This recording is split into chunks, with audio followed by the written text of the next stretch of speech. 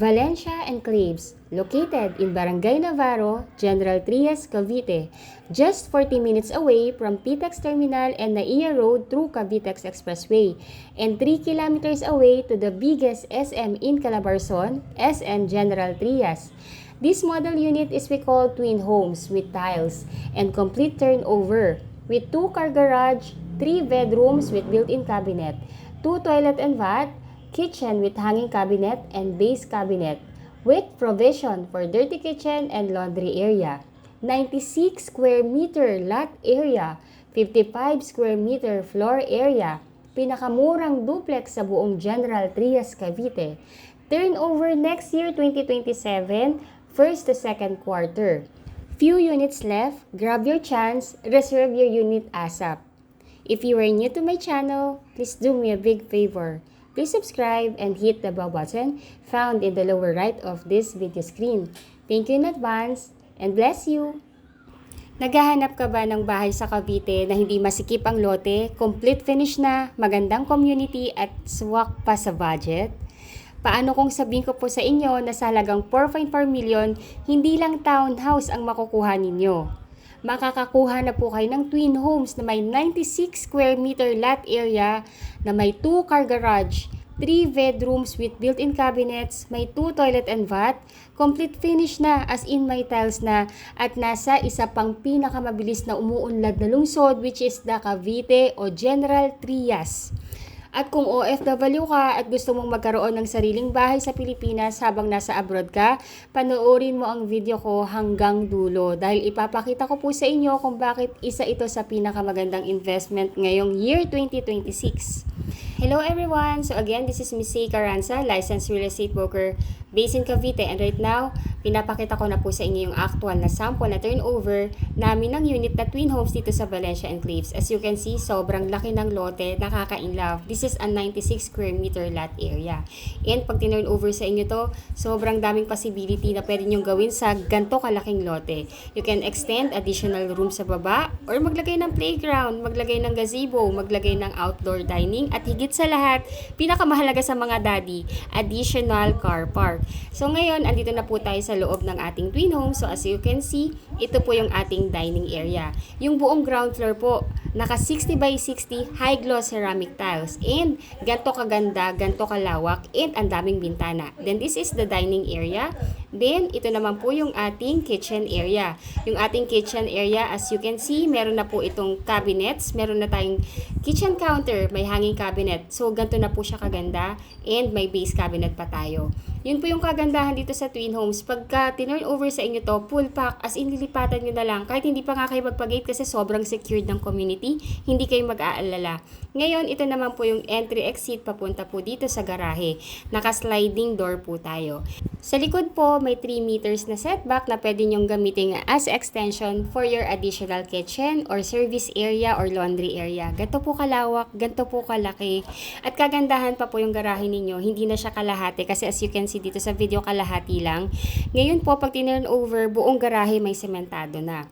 Ayun po, so dito sa baba, we have your dining, your kitchen, and your living area, and 1 toilet and bath. As you can see, ito po yung ating toilet and bath. Complete fixtures with tiles na rin po yan. As in, kung ano po yung nakita ninyo dito sa vlog ko, ganito rin po yung exact na marireceive ninyo upon turnover. Then sa ilalim ng inyong stairs, merong provision para sa storage area. You can use that. Pwede nyo lagyan ng cabinet. Then, ito naman yung ating breaker for the electrical. And then, yung ating stairs, ito po ay gawa sa metal frame or metal handrails. Then, naka-wood planks po to or naka-wood stairs. Then, naka-cathedral window pa po kayo to ensure better lighting and ventilation. Ang kagandahan pa dito, yung buong second floor po, napaka-elegante. Naka-wood tiles po kayo. All bedrooms, 3 bedrooms po, lahat may built-in cabinet and provision for aircon. And meron pa po tayo ditong isa pang toilet and bath, and complete fixtures na rin po yon. Please watch till end po. I-discuss ko po sa inyo yung complete details ng computation nito, pati yung complete list of requirement as OFW na wala sa Pilipinas, at paano yung process kung paano po kayo makakakuha. Ayun po, so bigyan ko na po kayo ng at least ng idea about dito sa ating project. So Valencia Enclaves is composed po ng 3 phases, which is the south face and the north face, and itong latest which is the east face.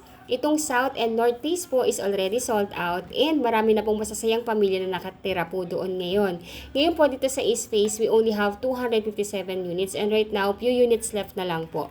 So, ganun po kabenta dito kasi right now po, yung mga neighboring na subdivision dito with Valencia Enclaves is medyo masyado nang mataas yung mga price point nila. Umaabot na sila ng 7 million and up. And right now, ang may pinaka-affordable na offer ngayon dito sa General Trias Cavite is itong si Valencia Enclaves. Kaya yung mga client po namin na supposedly na doon magre-reserve sa mga neighboring na subdivision, dito po pumupunta kasi number one po, lahat po ng accessibility na kayang access din ng mga nababanggit kong subdivision like si Lancaster New City, si Maple Grove, and yung other and River Park is actually na-access din ng ating Valencia Enclave. So, ganun po kaganda yung accessibility. Ang pinaka-main na highway po natin dito actually is si Cavitex Expressway and pati si SLEX po or si CALA-X kasi nga po nasa labas lang po ng ating subdivision. Si SM General Trias po which is the biggest SM dito sa Calabarzon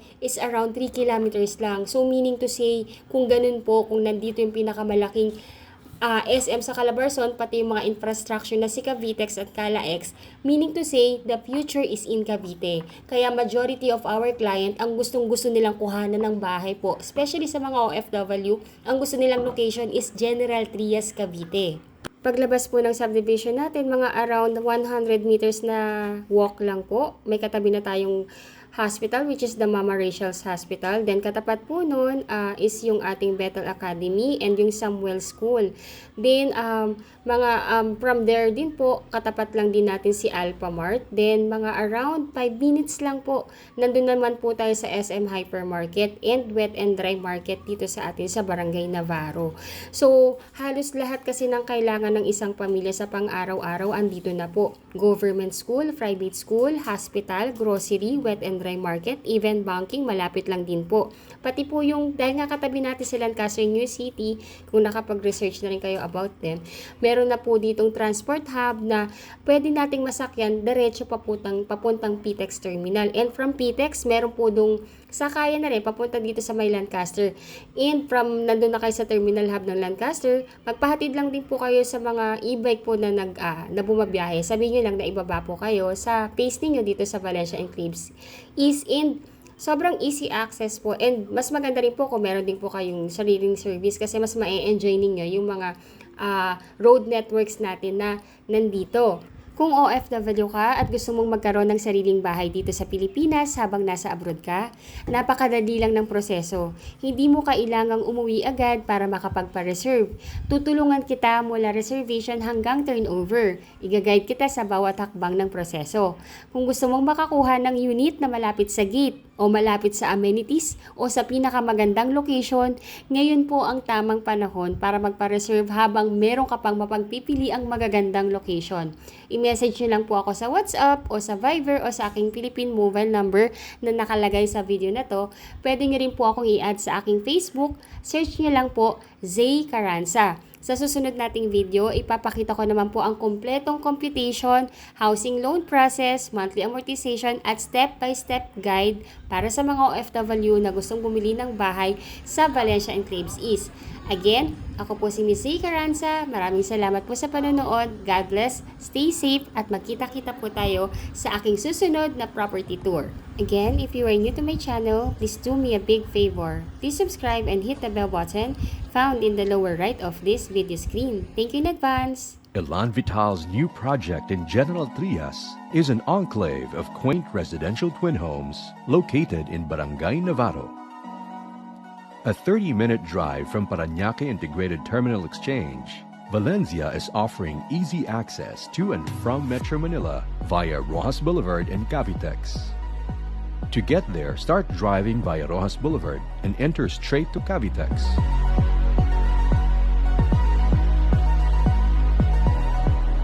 Continue driving straight along Cavitex.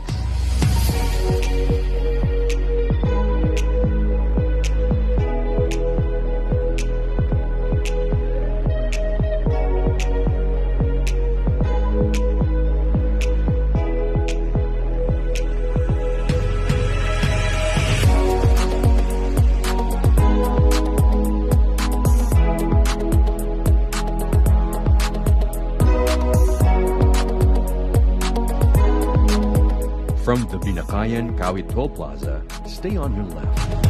Merge and continue driving straight to reach the Tirona Highway Junction. Cross the junction and drive straight to Antero Soriano Highway. The Cavite Economic Zone can be found along Antero Soriano Highway. Continue driving straight until you reach Robinson's Place, General Trias.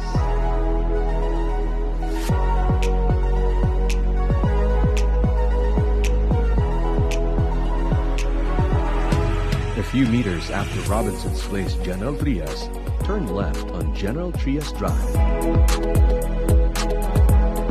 Continue driving straight onto Arnaldo Highway. Make a left on F. Manalo Street.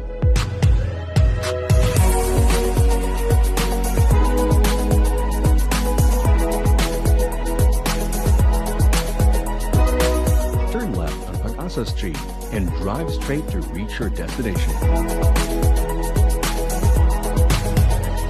You have arrived at your destination.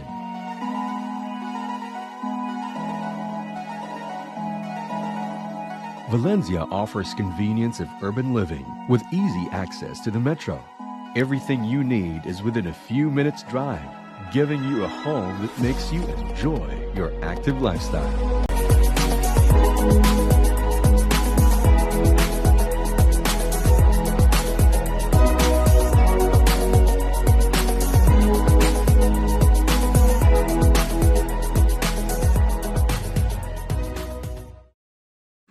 Hello everyone! So what I'm showing you right now po is yung actual computation ng ating 96 square meter na twin homes dito sa Valencia Enclaves East.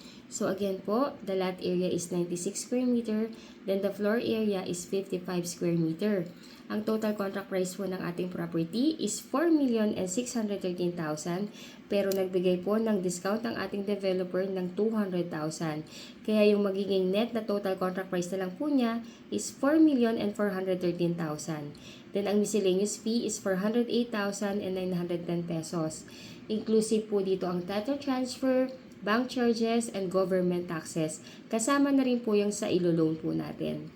Ngayon po, yung down payment natin is a total of 100,000 pesos. In order for you, para ma-reserve yung unit na inyong mapipili sa aming mapa, ang una po ninyong babayaran is 20,000 pesos, which will serve as your first monthly down payment. Kasi ang down payment po natin is payable in cash or pwede nyo pong installment ng 5 months to pay. Ayun po. So, ngayon po, pagtapos na po ninyong mabayaran yung down payment na 100,000, ay stop payment na po muna kayo at iintayin na lamang po ang bank processing sa ang housing loan contract sa bank po na pagpapasukan ng ating developer, which is yung mga accredited banks natin is RCBC, China Bank, PNB, and BDO. Ngayon po, kung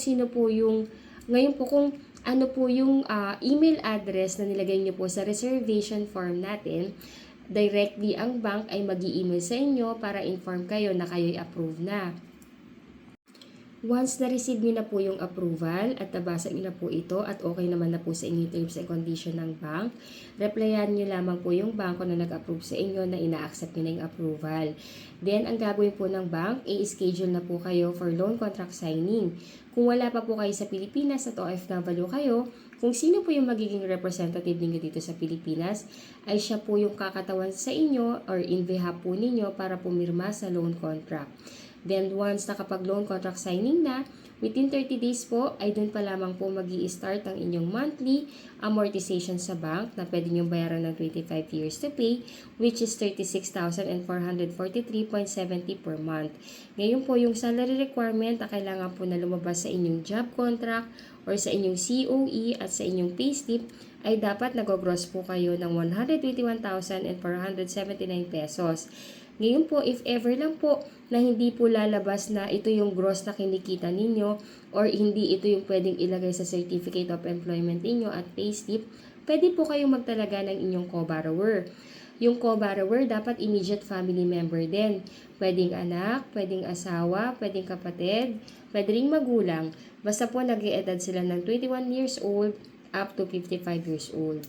Ayun po. So, kung ayaw nyo naman po ng 25 years, gusto nyo na mas mga shorter term, Meron tayong 20 years to pay, may 15 years to pay, meron ding 10 years to pay, at meron ding 5 years to pay. Ayun po, usually po, yung housing loan processing natin, it takes place for about 3 months. Sa loob ng 3 months after mabayaran yung down payment, mag-antabay na po tayo. Pwede po kayong tawagan ng bank or pwede po namin kayong tawagan ng mismong developer natin para inform kayong approved na.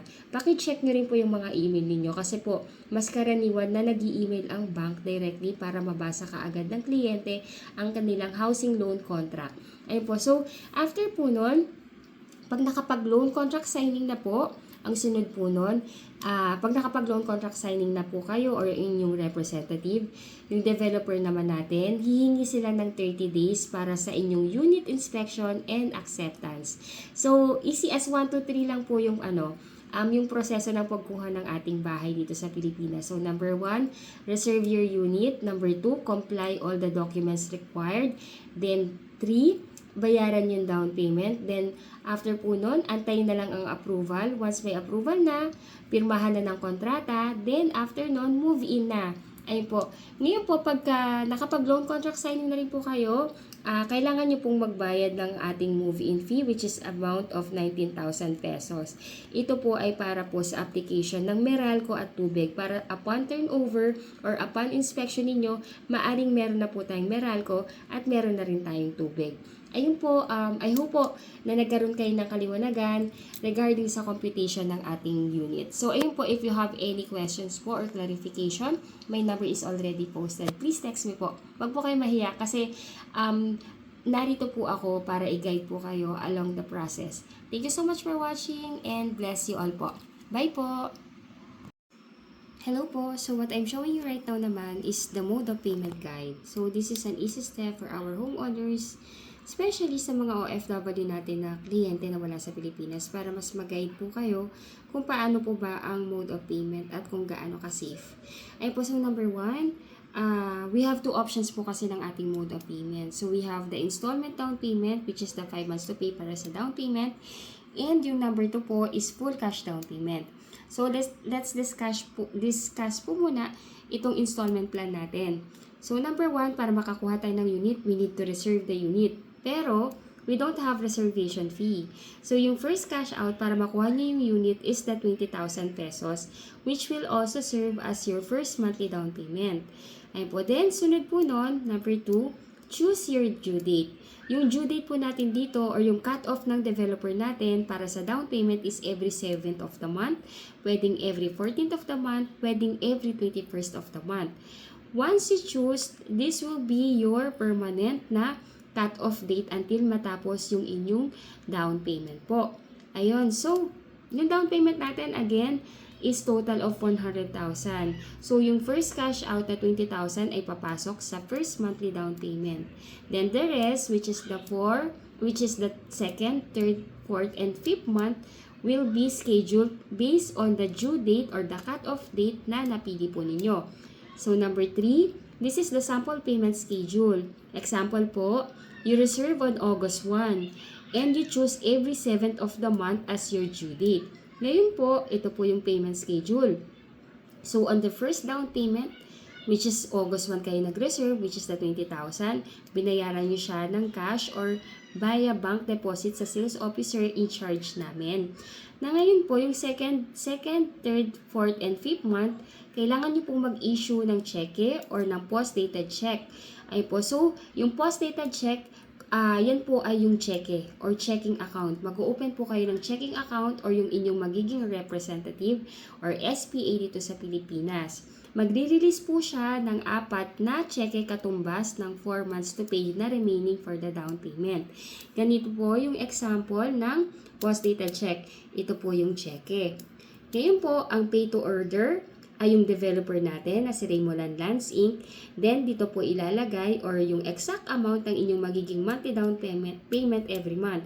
Then, dito po sa date, dito nyo po ilalagay yung date kung pang anong month po yung cheque na yon. Like, halimbawa, sa second down payment po is September 7. So, sa second check, ang ilalagay nyo po is yung date ng buwan na pinagbabayaran ninyo. Then on the third month, ganun din po ang gagawin ninyo. Isusulat nyo lamang po yung date doon sa cheque and yung exact amount at yung pangalan ng ating developer. As hanggang matapos po natin tong 5th month. Ayun po din. So, ang total na napagbayaran po natin is 100,000. So, ngayon po, again, how to pay. Yung first down payment natin, pwede nyo pong bayaran yun ng cash, via cash or bank deposit sa sales officer in charge na naghahawak ng first monthly down payment po. Ngayon po, yung remaining na buwan na pagbabayaran is mag-i-issue na kayo ng cheque. Kung wala pa po kayong cheque or wala pa kayong checking account or yung inyong SPA, kung wala po kayo sa Pilipinas, sila po talaga yung mag-open ng kanilang ng checking account in behalf po ninyo na nakapangalan sa kanila. Ngayon po, kung wala pa pong checking account, pwede po kayo mag-open in any bank of choice. Ayun po. So, ayun po, let's discuss naman yung option 2, which is the full cash down payment, which is ito po yung mas common po na pinipili na lang ng mga client po namin para po hindi na sila mag-open ng checking account or yung kanilang representative. Kina-cash na lang yung remaining balance. Di ba po, ang first cash out natin para ma-reserve yung unit is 20,000 pesos, which will serve as your first monthly down payment. So, ngayon po, may remaining po tayo na 80,000 pesos. So, kung ika-cash nyo po siya, hindi nyo na po kailangan mag-open ng checking account. Ang gagawin po ng developer natin, ipag-generate na lang po nila kayo ng buyer's reference number. By the way po, again, si Raymond Lanlan po, siya rin po ang owner ng Asia United Bank. So, mag-open po sila or mag-generate yung developer natin ng bank account na nakapangalan po sa inyo, na kung saan, doon nyo po directly na ihuhulog yung remaining balance na 80,000 pesos. Ayun po. So, simple as that po. Kailangan po natin siyang masettle within 30 days after po natin mabayaran yung first na monthly down payment natin or yung first na kinash out natin na 20,000 pesos. Ngayon po, pagtapos na po ninyong mabayaran yung down payment, stop payment na po muna kayo. Wala na po muna kayong babayaran at iintayin na lang po natin yung email ng bank na nag-approve sa atin.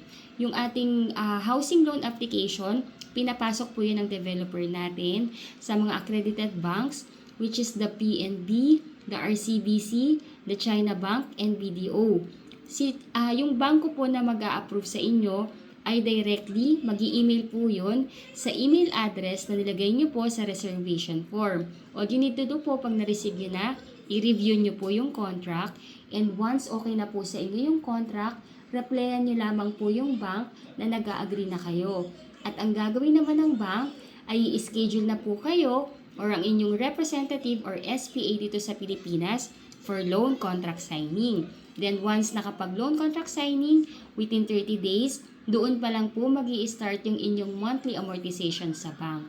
Ayun po. So, easy as 1, 2, 3 lang po ang pagkuha ng pangarap nating bahay dito sa Pilipinas. At narito po ako upang i-guide kayo all throughout your home journey process. Ngayon po, if you have any questions or clarification, please let me know po. And I hope po nakatulong po ako sa inyo upang magkaroon ng kaliwanagan sa pagguha ng ating pangarap na bahay dito sa Pilipinas. Ayun po, so let me know lang po if you have any questions. Again, you can add me in my Facebook account. Just search Sai Carranza. Ilalagay ko po yung URL ng aking Facebook para makilala nyo rin po ako bilang broker ninyo. And you can also add me in my Philippine number, Viber, and WhatsApp para po at least mas mabilis po yung ating ang ating communication. Ayun po, so easy as 1, 2, 3 lang po ang pagkuha ng pangarap nating bahay dito sa atin sa Pilipinas. I-message nyo lang ako, then send nyo lang sa akin yung mga documents via email. Then you have your options if you want to pay it in installment plan, yung down payment natin. And then, kung gusto nyo naman din siyang i-cash, you can also do that. Then, after nun, hintayin na lang po natin yung approval ng bank, which is usually within 3 months naman, lalabas na po yun. Ayun po. So, So, again, if you are new to my channel, please do me a big favor po.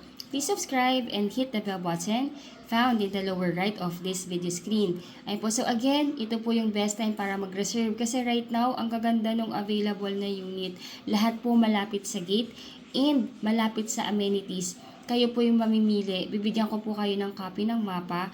And pwede ko ring i-vlog yung, yung block kung saan kayo makakakuha. Ayun po, thank you so much for watching. And if you want to reserve the unit, message me na. Maraming salamat po and bless you all. Goodbye! Hello everyone! So again, I'm back. So itong pinapakita ko naman po sa inyo ay yung complete list of requirement as an OFW buyer na nais pong bumili ng bahay dito sa atin sa Pilipinas. So this is a standard po actually. Lahat ng developer, ganito rin po ang proseso. So number 1, ang requirement po through online reservation, kailangan ko po munang makuha ang inyong email address. Kailangan ko pong maisan sa inyo yung reservation form. Filled out reservation forms, 2 valid ID with 2 specimen signature, then yung compliance po ng other documents kung hindi po natin siya maibibigay after ninyo ma-fill upan yung documents or yung reservation form is within 15 to 20 days upon reservation po. So number 1, since OFW po kayo nawala sa Pilipinas, kailangan nyo lamang po magtalaga ng inyong magiging representative or SPA na siyang kakatawan sa inyo sa pagkuha ng bahay. Siya po ang ititripping namin at pipirma sa mga documents in behalf po ninyo. Pag na-fill upan nyo na po yung reservation form, sunod po nun, ipo-forward ko na po sa inyo yung mapa ng unit na pagpipilian po ninyo. Then after po nun, isend back nyo po sa amin along with your requirements or your on-hand requirement para po ma-evaluate namin. Then sunod po nun, bibigyan ko na po kayo ng go signal na pwede na po kayong mag-deposit ng inyong reservation fee or yung inyong pang first monthly down payment sa bahay na kukunin po ninyo. Ayun po. So, ngayon po, yung inyong magiging representative, pwede po siyang, dapat po ay immediate family member. Like asawa, o anak, o kapatid, o magulang, o pinsan, o pamangkin, or in-laws po ninyo kung kayo po ay married na. As long as kaipilido nyo pa po or ng inyong asawa na nag-iedad po sana ng 21 up to 60 years old. Hindi po allowed ang kaibigan, hindi rin po allowed ang broker. Ayun po, so hindi rin po kami kasama doon. Ngayon po, ang inyong magiging requirements as an OFW na nasa ibang bansa, kailangan po namin ng inyong 2 valid ID with 3 specimen signature. Husband and wife if married po kayo. Marriage certificate if married. Birth certificate plus Senomar if single.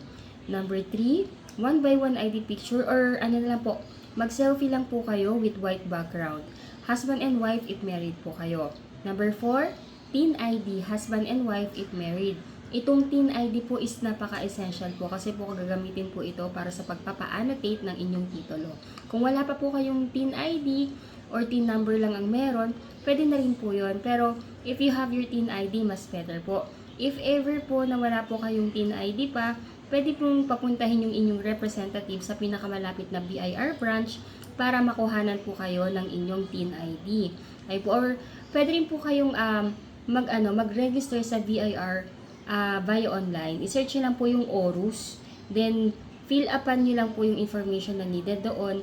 Then, si BIR or ORUS, magsasend po yun sa email ninyo ng inyong magiging PIN number na ibibigay nyo naman po sa amin para po ma-file as part of your requirements. The number 5, latest job contract or latest COE with compensation.